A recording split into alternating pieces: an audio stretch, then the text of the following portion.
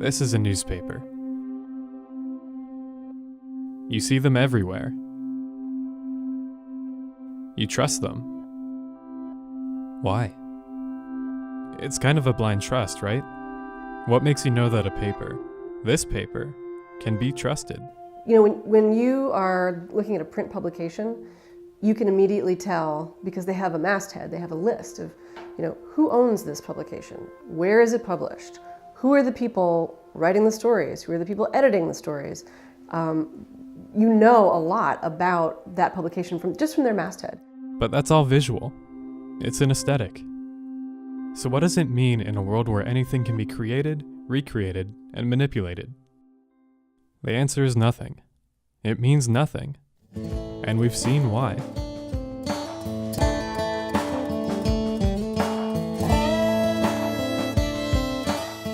Fake news meant exactly that. Deliberately false stories posing as news, especially in non-traditional news sources like digital media. For the longest time, we've seen fake news come and go. We've seen yellow journalism and tabloid infotainment. When you walk into a grocery store and you walk up to the checkout line, you see some publications probably next to you. You see the typography of their crazy headlines, the Brad does this, Angelina does that. You know instantly when you look at those publications that they're gossipy tabloid publications. But it wasn't until recently that fake news became dangerous. And we're not talking about The Onion, Weird Al, or SNL. Stefan. We're talking about truly fake and damaging stories built around lies. I don't like them putting chemicals in the water that turn the friggin' frogs gay. It wasn't until 2016 that we saw just how dangerous fake news can be.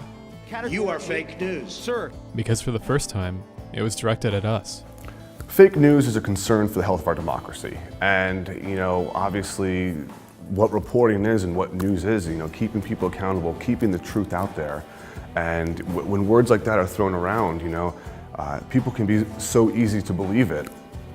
But you really just got to focus on, the truth and finding what that is and keeping the facts straight. So what tipped us off? What made fake news publicly dangerous? And how does it still exist if these questions have answers? We wanted to find out. But before we get too far, we should probably introduce ourselves. There's 3 of us, all interested and scared by the recent developments in the world of fake news. There's Caleb, there's Spencer, and then there's me, Riley. We were interested in fake news, more importantly, how easy it seemed to become a part of it. Is it possible that it's that easy to create an online fake news network? It was easy, really easy. There are operations across the globe, effectively changing the tide in public elections or altering the social lives of users on an incomprehensible scale. And we were doing it from a small production stage in Vermont. So should I get my notebook? All we needed to start was a laptop and a well-designed Twitter account. We called ourselves the Daily Atlantic Herald. We have a follower? Yeah. Who? I don't know, it's not loading. There were some obvious barriers to entry. For us, it was mainly money. Oh god. Wow. Whoa. So these could be pretty expensive, so. We'll try someone else. We didn't have much, but with enough money, there would have been very little separating our numbers from that of CNN or Fox News. At the first search, we found a number of possible options, all accessed with the search term Twitter followers by. Social envy, Twitter on fire. Eventually, for $35, we were promised 5,000 active followers, with the specification that they were active users, not bots. Initially, our follower count stayed the same, with only 2 accounts choosing to follow our news source, one of which claimed to help its followers become policemen, offering tweets such as, "Your mind is your greatest weapon. Your body is just the holster you carry it in." Things seemed a bit off. What does that even mean? It wasn't until later that day that our account started to grow. Then things got weird. A majority of our followers were Russian. Our follower count fluctuated drastically from 2,300 to 800, and none of our followers would actually tweet. If they did, it was just in Russian. But we had the numbers. We had the credibility of an online news source, and all it took was one day and $35. We hadn't even sent a single tweet yet, but we had the platform to do so. Why was this so easy? Why is this so accessible? Much like many of life's greatest mysteries, the answer can be found in Macedonia. According to Hillary Clinton, this tiny nation has destroyed America's democratic tradition. Though not exclusive to the country, Macedonia has become a focus point in the exploration of fake news. There's all these stories about, guys over in Macedonia who are running these fake news sites. It comes largely from poor economic structure, making the production of fake news very profitable, each click translating to about $1 American. At the same time the internet has been churning out false facts, it's also been turning the business of news companies upside down. The way that the newspapers and other media organizations, the way that their businesses have been disrupted, it means that they've laid off journalists, and not just reporters, but editors and copy editors and fact checkers. So there are fewer people doing this work, which is part of the problem. It suddenly became a lot harder to detect fact from fiction. And that's crazy, right? We thought so. But despite it all, it still seemed too easy. The question remained, why? 13 Russian nationals and 3 Russian companies accused of a massive effort to meddle in the election, and not just from afar, but they say the Russians were right here in the U.S. too. Coming from the expansive investigation into potential election involvement, were headlines left and right about Russian troll factories, as they were called.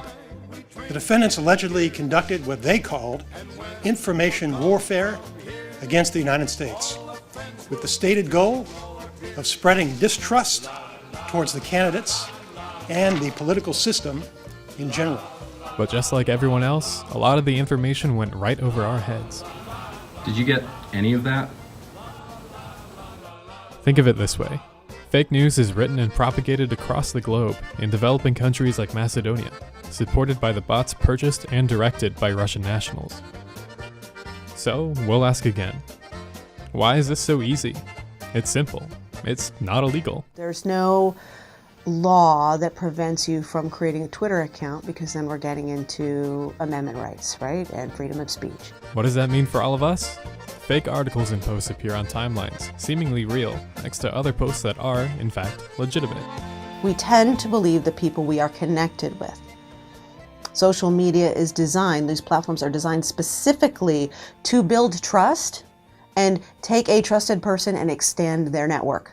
So, as long as this remained miraculously legal, it seemed only reasonable that we could take our already popular news network and start populating it with our own dramatic headlines. It proved to be a lot harder than it seemed. Spaghetti sandwich. That's your first story idea? Yeah.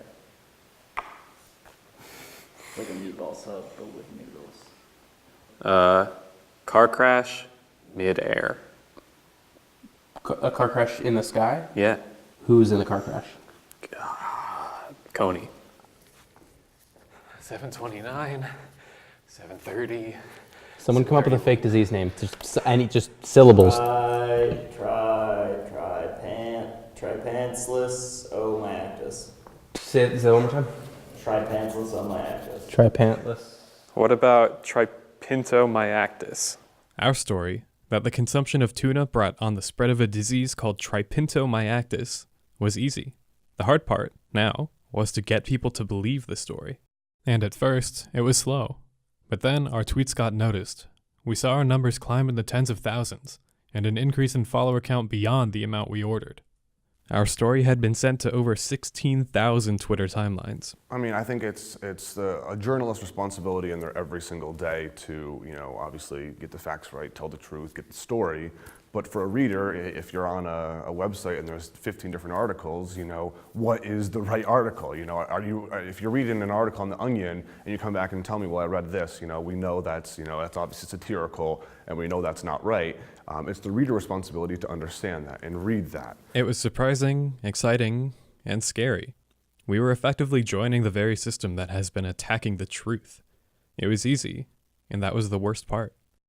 We had to destroy it. It occurred to me I have no idea how to delete a Twitter. I don't know how to do that. If everything was just as fragile as we had come to find, what good are we doing by exploiting it?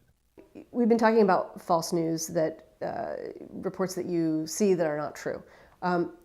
The fact that these are out there and proliferating is not just a bad thing for all of us in journalism. It's also an opportunity, because what's happening right now is that engaged and smart media consumers, people who love journalism, people who read and subscribe to newspapers and podcasts and give money to public radio, all of those people are becoming more and more aware of how fragile this ecosystem is and how fragile journalism is and how they need to support it. After all, what good is the news? What good is journalism if we can't trust it?